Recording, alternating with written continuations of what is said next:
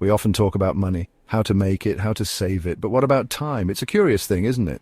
You can't hold it in your hand, yet it's always slipping away. Some say it's our most valuable currency. Think about it for a moment. Each day we wake up with a fresh batch, 24 hours, no more, no less. It's given to everyone, rich or poor. What we choose to do with those hours is up to us. Once a second is spent, it's gone for good. There's no getting it back, no refunds offered. Unlike money, you cannot earn more time. You can't work overtime for an extra hour in your day. It's a finite resource, strictly limited. This scarcity is what makes it so incredibly precious, more precious than any gold or diamond. It's the very fabric of our lives, after all. So why don't we guard it more carefully? It's an interesting question, I find, perhaps because it's invisible. Understanding its true worth is crucial. Let's delve a little deeper into this comparison.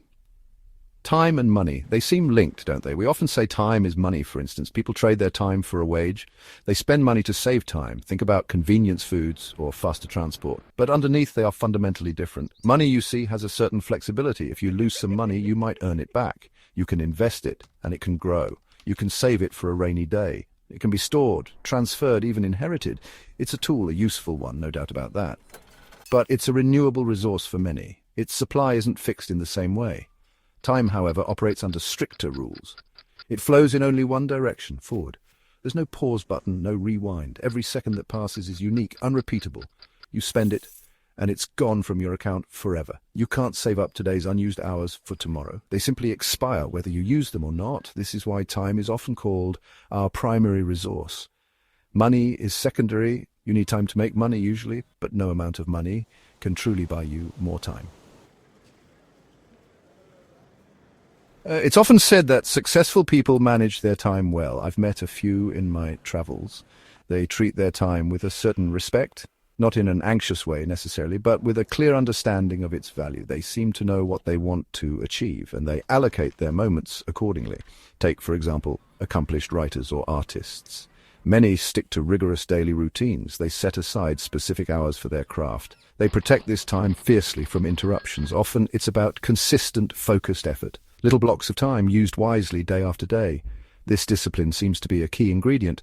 Business leaders, too, are often masters of the clock. You hear stories of early risers, people who plan their days meticulously. They delegate tasks that others can do. They focus their energy on high-impact activities. It's about working smarter, not just harder. They understand that time is a finite resource, and they leverage it to its full potential. It makes you wonder what we could all achieve with such focus. Now, let's talk about something quite contemporary, the way we spend our time in this digital age. It's a bit of a double-edged sword, isn't it?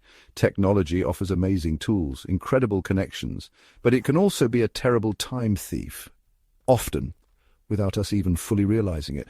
Those little screens in our pockets, they hold so much power for good and for ill. Social media is a prime example, of course. Platforms designed to be engaging, perhaps too engaging. A quick check can turn into an hour or more. Scrolling endlessly through feeds and updates, we see curated glimpses of other people's lives. Sometimes it inspires, sometimes it makes us feel lacking.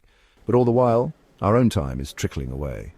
Studies often highlight this modern predicament, showing hours per day spent on these apps.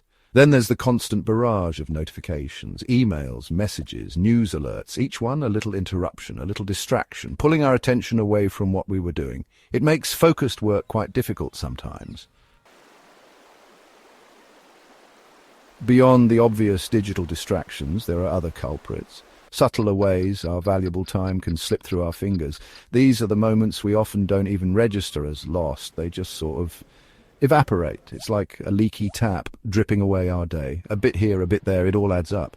Becoming aware of these hidden drains is key. Indecision can be a significant time waster, spending ages mulling over minor choices. What to wear, what to eat, which email to answer first. This mental churn uses up energy and, yes, time.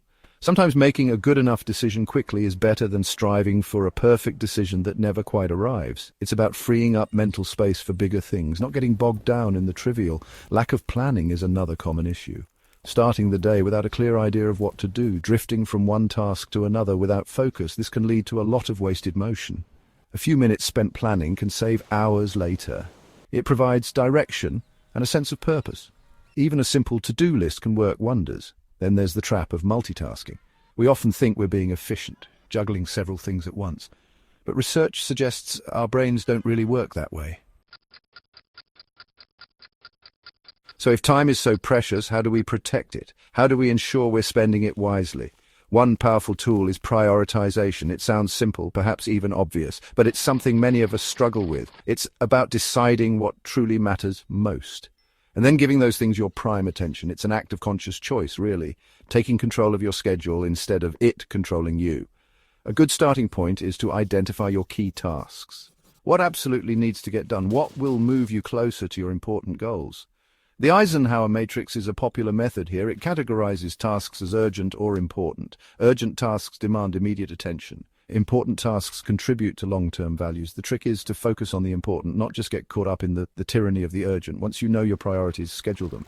Treat them like important appointments. Block out time in your calendar for focused work. Protect this time from less critical demands. This might mean learning to say no sometimes. Saying no to requests that don't align with your goals. It can be uncomfortable, I know, but it's essential for safeguarding your most valuable asset, your time, your energy, your focus.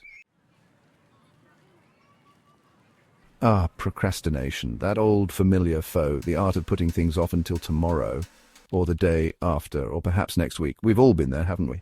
It's a very human tendency, it seems. But it can be a major thief of our time and potential. Understanding why we do it is a good first step. Often it's not about laziness, it's more about fear or feeling overwhelmed. Sometimes a task feels too big, too daunting, so we avoid it hoping it will somehow go away or that we'll magically feel more motivated later. Breaking down large tasks into smaller, manageable steps can help. Focus on just the first tiny step. Often getting started is the hardest part. Once you gain a little momentum, it becomes easier. Like pushing a car, it's tough at first, then it rolls. Celebrate those small wins along the way. Perfectionism can also fuel procrastination, the fear of not doing something perfectly. So we delay starting to avoid potential failure. It's important to remember that done is often better than perfect, especially when perfect means it never gets done at all. Give yourself permission to make mistakes, to produce something that's good enough. You can always refine it later if necessary. So we've explored this idea of time, this invisible, relentless, precious commodity. It's clear it's not just a philosophical concept, it's the very essence of our existence, the sum total of our days, our experiences. Every tick of the clock is a moment passing, a moment that will never come again. This realization isn't meant to cause anxiety, but rather to inspire a sense of gentle urgency. The invitation then is to become more conscious, more aware of how we are spending our time. Are our daily actions aligned with our deeper values? Are we investing our minutes in things that truly matter to us? These are not always easy questions to answer. They require a bit of introspection, a bit of honesty. But the answers can be incredibly illuminating. They can guide us towards a more fulfilling path, a path where our time feels well spent. It's not about scheduling every second or becoming a productivity machine devoid of joy. Life needs space for spontaneity, for rest, for play. It's about making deliberate choices, choosing presence over distraction, choosing purpose over aimlessness, choosing to engage with life actively and fully. If you found this message meaningful, please like, share and subscribe. Your support helps us continue sharing ideas that matter. Thank you for being part of this journey.